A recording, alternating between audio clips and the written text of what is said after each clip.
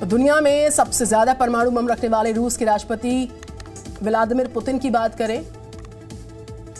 आपको बता दें, अब सवाल ये उठ रहा है कि व्लादिमीर पुतिन क्या विनाशकारी परमाणु बमों की सिर्फ धमकी देते हैं या फिर वाकई में उन्होंने कोई बड़ा फैसला कर लिया।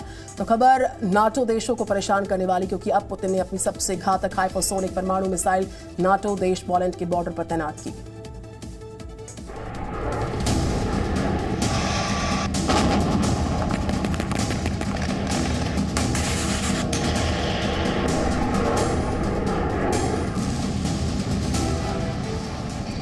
पुतिन परमाणु धमकी दे चुके हैं और इसी के साथ पुतिन ने एक ऐसा कदम भी उठाया जिसके बाद नाटो देश इसे गंभीरता से लेने पर मजबूर हो गए हैं।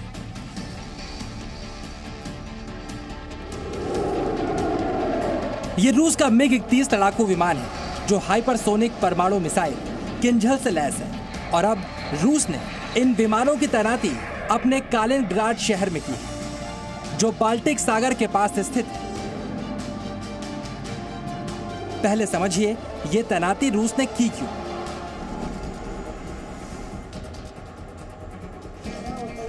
एक विमान से पोलैंड में उतरे इन अमेरिकी सैनिकों को देखिए। यूक्रेन पर रूस के बढ़ते शिकंजे के बाद अमेरिका ने अपने कमांडोज पोलैंड में तैनात कर दिए हैं और इससे भड़के रूस ने पोलैंड से सटे अपने कालिनग्राड शहर में हाइपरसोनिक परमाणु मिसाइल किंझल से लैस मिग-31 विमान तैनात कर दिए। इस मैप के जरिए समझिए कि पोलैंड पर किसी भी तरह के हमले के लिए कालिनग्राड में परमाणु मिसाइलों की तैनाती कितनी मुफीद है। चलिए अब आप ये भी समझिए किंझल मिसाइलों से लैस मिग-31 विमानों को कालिनग्राड में तैनात करना यूक्रेन और नाटो देशों के लिए कितना खतरनाक हो सकता है। ये मिसाइलें आवाज से 10 गुना ज्यादा स्पीड से चलती हैं। ये परमाणु बम गिराने में सक्षम है। इनकी मारक क्षमता 2000 किलोमीटर है। इसके अलावा किंझल मिसाइलें 500 किलोटन का परमाणु बम ले जाने में भी सक्षम है और 3 किलोमीटर प्रति सेकंड की रफ्तार से हमला करती हैं। इसीलिए आधुनिक एयर डिफेंस सिस्टम भी इनके सामने फेल है। इन खतरनाक मिसाइलों का अमेरिका और नाटो के पास कोई तोड़ नहीं। किंझल मिसाइल अगर कालिनग्राड से दागी जाती है तो ये पश्चिमी यूरोपीय देशों की ज्यादातर राजधानियों और तुर्की की राजधानी अंकारा को तबाह करने की ताकत भी रखती है। यही नहीं, किंझल के नाटो देशों पर हमला करने में मात्र 7 से 10 मिनट लगेंगे। विशेषज्ञों के मुताबिक रूस ने हाइपरसोनिक मिसाइलों की तैनाती के जरिए चेतावनी दे दी है कि अगर नाटो देशों ने यूक्रेन विवाद में सैन्य हस्तक्षेप किया तो उसका करारा जवाब दिया जाएगा।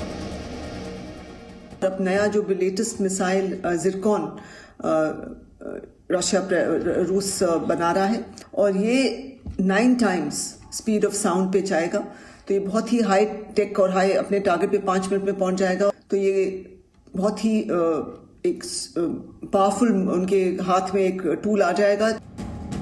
पुतिन की परमाणु धमकी और नाटो देशों के पास इतनी घातक मिसाइलों की तैनाती परमाणु युद्ध की बड़ी चेतावनी है, लेकिन इसका जवाब नाटो देश कैसे देंगे, इस पर दुनिया की नजरें टिकी हुई हैं।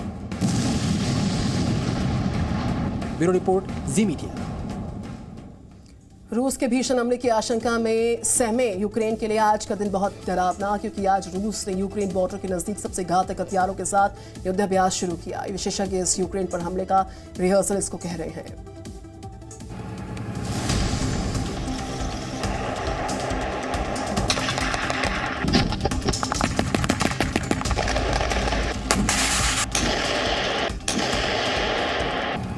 यूक्रेन बॉर्डर के नजदीक बेलारूस की एक अज्ञात जगह है।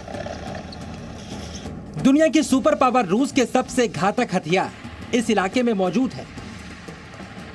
रूस यूक्रेन विवाद के बाद अब तक दुनिया ने यूक्रेन को घेरने के लिए बेलारूस में पहुंचे रूसी हथियारों को देखा। अब रूस बेलारूस के साथ संयुक्त युद्धाभ्यास में इन हथियारों की ताकत भी दुनिया को दिखा रहा है। इस युद्धाभ्यास में रूस के सबसे घातक एयर डिफेंस सिस्टम S-400 भी शामिल है।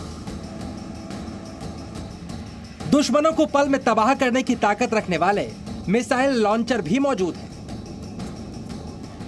बेलारूस में रूस के खतरनाक कवर्ड मिलिट्री टैंक भी आगे बढ़ते दिखाई दे रहे हैं। रूस की तोपें यहां पर गरज रही हैं, टैंक्स आग उगल रहे हैं। रूस के 30,000 से ज्यादा सैनिक वॉर जोन में गन फायर कर रहे हैं। S-400 किसी भी हमले का जवाब देने को तैयार है और कंट्रोल रूम में दुनिया के सबसे घातक हथियारों का नियंत्रण भी परखा जा रहा है। रूस की वायुसेना के सबसे घातक सुखोई 35 विमान भी आसमान से आसमान और जमीन पर मौजूद लक्ष्यों को तबाह करने का अभ्यास कर रहे हैं और इस युद्धाभ्यास की धमक और गरज यूक्रेन तक भी सुनाई पड़ रही है। रूस ने इस महायुद्धाभ्यास के लिए जनवरी महीने में ही अपने सैनिकों को बेलारूस भेजना शुरू कर दिया था। इस अभ्यास को एलाइड रिजॉल्व नाम दिया गया है।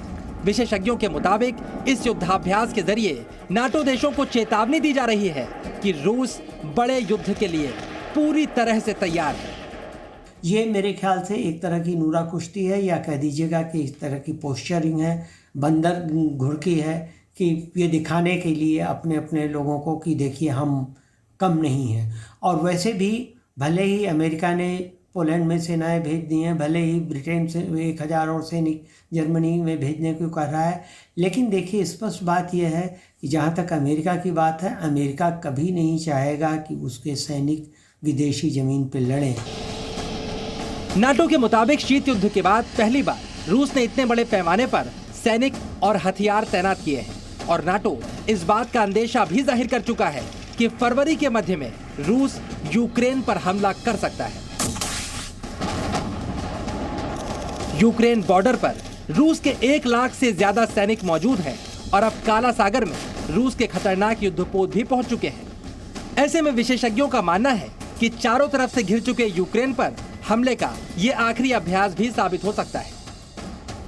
रूस, क्योंकि अभी नाटो के सेक्रेटरी जनरल ने भी ये कहा कि मैं नहीं समझता कि रूस अभी हमला करेगा और रूस के साथ हमें बातचीत करनी चाहिए और हमने उसे बातचीत का प्रस्ताव भेजा है।